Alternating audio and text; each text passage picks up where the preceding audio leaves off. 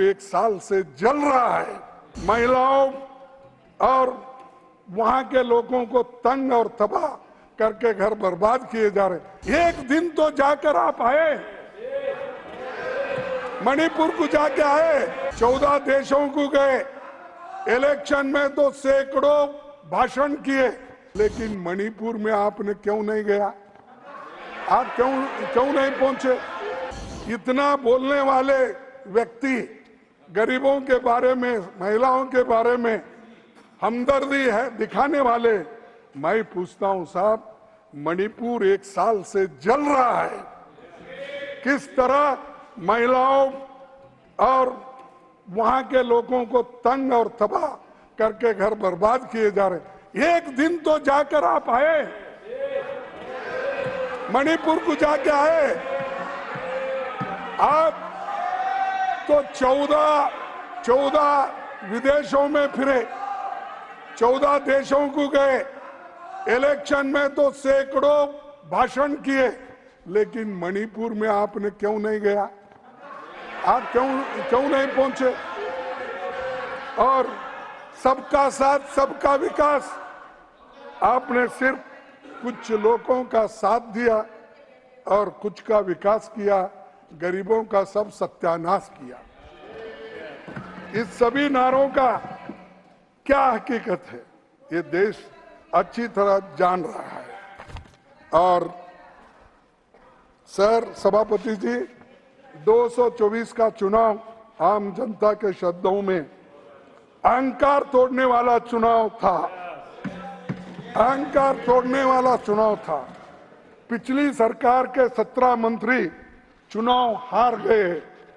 किसानों को जीभ से रोंदने वाले मंत्री को हम हटाने की मांग कर रहे थे, जनता ने ही उसे रोंद दिया और खत्म हो गया। और एक शायर ने कहा है, कभी घमंड मत करना, कौन से कभी घमंड मत करना, नाम कभी घमंड मत करना, तकदीर बदलती रहती है, तकदीर बदलती रहती है, शीशा वही रहता है, बस तस्वीर बदलती रहती है।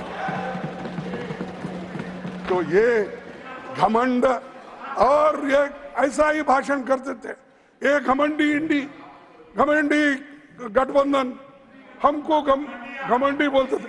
अरे घमंड तो टूट गया आपका। और आज आपको वो नारा नहीं लगाना पड़ेगा 400 पार का, अब तो 200 पार में है। Rahul Gandhi ji is in touch with the ground reality of Manipur. He regularly interacts with MPs and MLAs from Manipur, and that is why he is concerned, and that is why in the 18th Lok Sabha he wanted both the MPs from inner and outer Manipur to speak. On the other hand, Prime Minister Modi has never visited Manipur. I doubt if he has ever interacted with the MLAs from Manipur or even met the Chief Minister.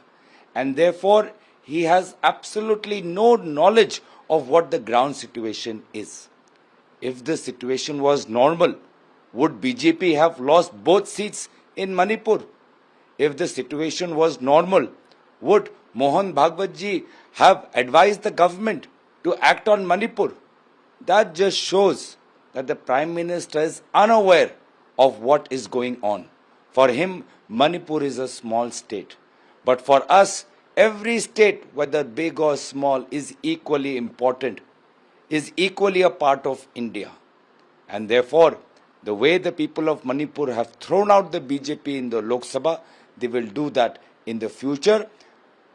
Prime Minister does not know that people of Manipur have already given a befitting reply, but not to the Congress, to the BJP, by defeating both the BJP candidates in the 2 Lok Sabha seats.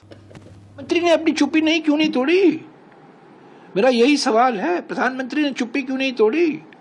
प्रधानमंत्री मुख्यमंत्री से क्यों नहीं मुलाकात की? क्यों उनसे बात नहीं की? सांसदों से बात नहीं की? विधायकों से बात नहीं की? तो प्रधानमंत्री को अपनी चुप्पी तोड़नी चाहिए थी ना इसके पहले।